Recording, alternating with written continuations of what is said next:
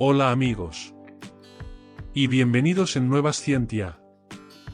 En el vídeo de hoy descubriremos la vida de uno de los personajes más influyentes del siglo XX. Pónganse cómodo. Y comencemos.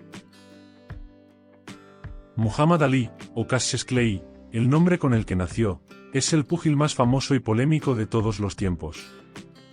Empezó su carrera profesional al conseguir la medalla de oro en las Olimpiadas de Roma de 1960, en la categoría de los semipesados. En 1964 noqueó a Sonny Liston y le arrebató el título mundial de la máxima categoría. En cuanto terminó la pelea, se le vio tomando un helado con Malcolm X, un líder político por los derechos de los afroamericanos, y la mañana siguiente, Cassius Clay se convirtió en Muhammad Ali, y anunció al mundo que abrazaba la fe musulmana. En 1967, 3 años, 2 meses y 3 días después de coronarse campeón, Ali se negó a sumarse al ejército estadounidense para hacer parte de la guerra de Vietnam, y fue condenado por evasión de reclutamiento. Se le sentenció a 5 años de prisión y una multa de $10.000, y por si eso no fuese poco, la Comisión Atlética del Estado de Nueva York le quitó el título mundial de peso pesado y su licencia de boxeador. A partir de ese momento, Muhammad Ali estaría alejado del cuadrilátero, lo que le permitió luchar de otras maneras, especialmente por los derechos de los afroamericanos. Sin embargo, en septiembre de 1970, después de 3 años y 5 meses de prisión, un juez de Texas determinó la sanción impuesta por la Comisión Atlética del Estado de Nueva York como arbitraria e irrazonable. Esto hizo que se le otorgaran de nuevo sus títulos y la licencia para boxear.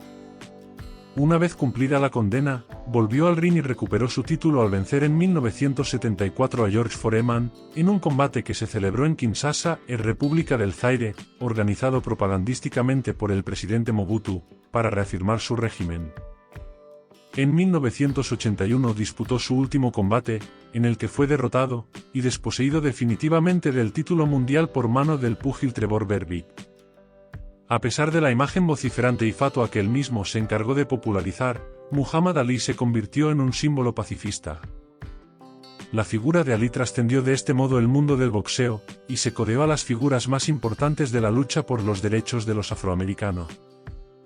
Entre ellos estaban Martin Luther King, Malcolm X y Rosa Parks, lo que convirtió al boxeador en otro elemento indispensable de aquella causa.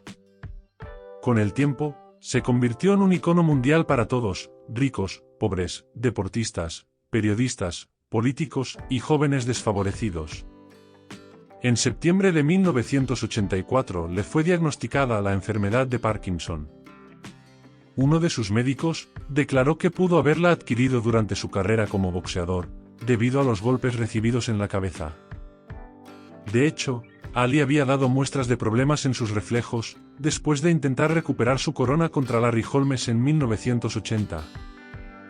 Tras su retiro del boxeo, Muhammad Ali permaneció como una de las personalidades más reconocidas en el mundo. Para convertirse en una celebridad, fue determinante que en su juventud coincidiera con otras figuras de la política, de la música, del arte y de la literatura de los años 60, y también contribuyeron sus atrevidas opiniones sobre los temas más polémicos de su tiempo, como el racismo, la religión y la política. Por otro lado, la pérdida de sus mejores años como boxeador por rechazar el ingreso a las Fuerzas Armadas, le granjeó mucha admiración, incluso de algunos de sus detractores. Mark Cram, autor del libro Ghost of Manila, no solo le considera un gran atleta, sino una persona de mucha inteligencia y gran convicción. El vídeo termina aquí. Si te gustó, no olvides dejar un like y suscribirte al canal.